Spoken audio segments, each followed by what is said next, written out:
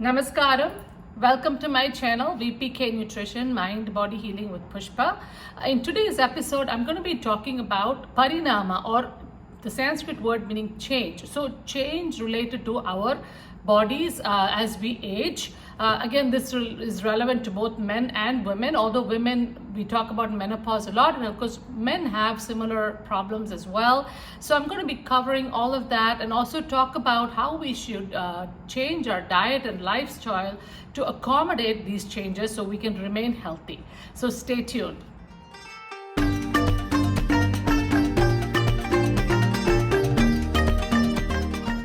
Welcome back, everyone. First of all, thank you so much to all my viewers who have been watching regularly and some of those who have also subscribed. So if you like this video, please like it, give it a thumbs up, and also share with your friends and family. And if you haven't already done so, please do subscribe so I can share more and more videos and you can be benefited from it. So let's begin with our topic today. Parinama. Now, what does that word mean? It's a Sanskrit word meaning change. Now, in Ayurveda, Parinama or change is considered to be one of the causes of disease or imbalance in the body. Now, if you don't take care of yourself during the changes, like the change of season, your change of age, or you're moving from to a different place, if you don't adapt to those changes, then you're going to start creating imbalances in the body. So now aging is a natural process, as we all know. Seasonal routine I've already talked about. We are in the spring system season. We came from the winter, so a lot of allergies are prevalent. Again, if you don't take care of those changes, you're going to have more issues. So I'll share the link in the description for those seasonal routines.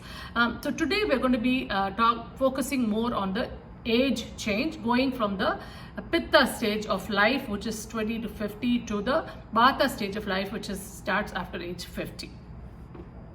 So the Ayurvedic interpretation of this Parinama or change is a gradual decline in the doshas, Vata, Pitta, Kapha, which make up our constitution. The dhatus, there are 7 dhatus, sapta dhatus in the body which have to be formed, and the quality of that starts to go down. Decrease in the waste products, malas. Also the Agni goes down, which is the digestive fire, and also Ojas, which is the immunity. So this generally happens in men and women in age early 40s to the 50s and starts to decline. And the only major difference you see between men and women is that women have hot flashes and vaginal dryness, which is something obviously men do not have, but all the other problems of Vata, Pitta, Kapha do happen in both men and women. Of course, nowadays we have the new term, just like women, we have menopause around 50, 51.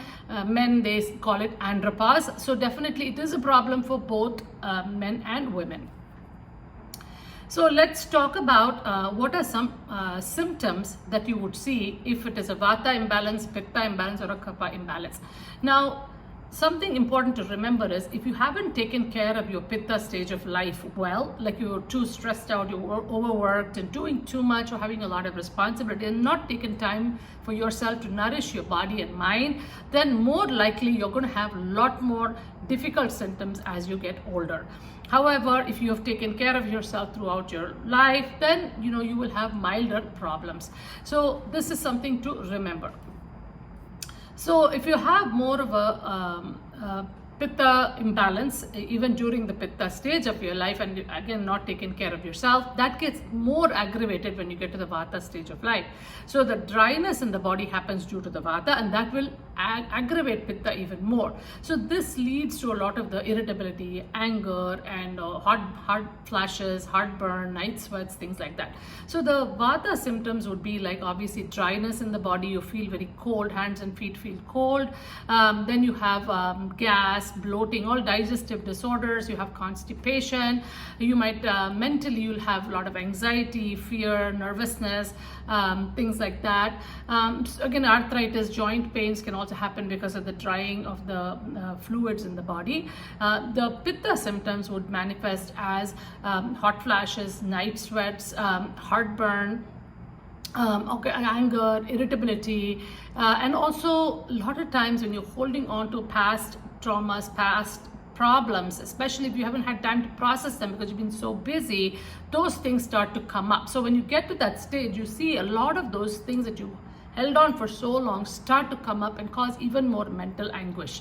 And then of course the kapha imbalance is usually seen as weight gain. You will see fluid buildup and also drying of the kapha in the body, like the tarpaka kapha, which is the white matter in the brain, starts to dry up. So your memory loss you're going to see because of that. Then you're also going to see joint liquid starts to dry up. So you see a lot of joint pain and arthritis. Then also kapha problems can lead to sluggishness and also a lot of depression and lack of enthusiasm in life. So I've already given you the problems that you will start seeing, and then many of you, if you're at that age, you're going to recognize this stuff in yourself for sure. Now, what is the solution? Obviously, two aspects. One is a diet and then the other is a lifestyle. So first, let's start with the diet. Diet would be more of a Vata pacifying diet because you are entering the Vata stage of your life. So of course, you will definitely look at your symptoms as well to balance your doshas, but first we'll start with the Vata balancing because that is the mover. That is the one that moves the things in the body, and all the mood changes, mood swings also happen because of Vata. So first of all, for Vata pacifying diet, sweet gives you a lot of nourishment, and you will see you crave a lot of sweets sometimes in the Vata stage of life. So this is because your body is asking for that nourishment. So again, when we talk about sweets, we want to make sure you pick healthy sweets, you know, like whole grains and fruits, and get your sweets from fruits and vegetables like carrots and sweet potatoes, or sweet juicy fruits like berries and grapes and things like that. Second thing, of course, the taste, you will focus more on sweet, salty, sour and sweet for Vata pacifying diet. And then the third thing is you want it to be nice, soft and unctuous, very moist, well cooked grains, vegetables, and also soups, and more with moisture like that. The fourth one, of course, is eat only warm foods and warm beverages, and avoid cold and dry fruits and dry snacks and things like that, or even fried foods are very drying for the body. Number 5, you use healthy oils like olive oil, sunflower oil, and also organic sesame oil. Number 6, avoid too much of caffeine and also spicy foods and alcohol. Second aspect is the lifestyle aspect.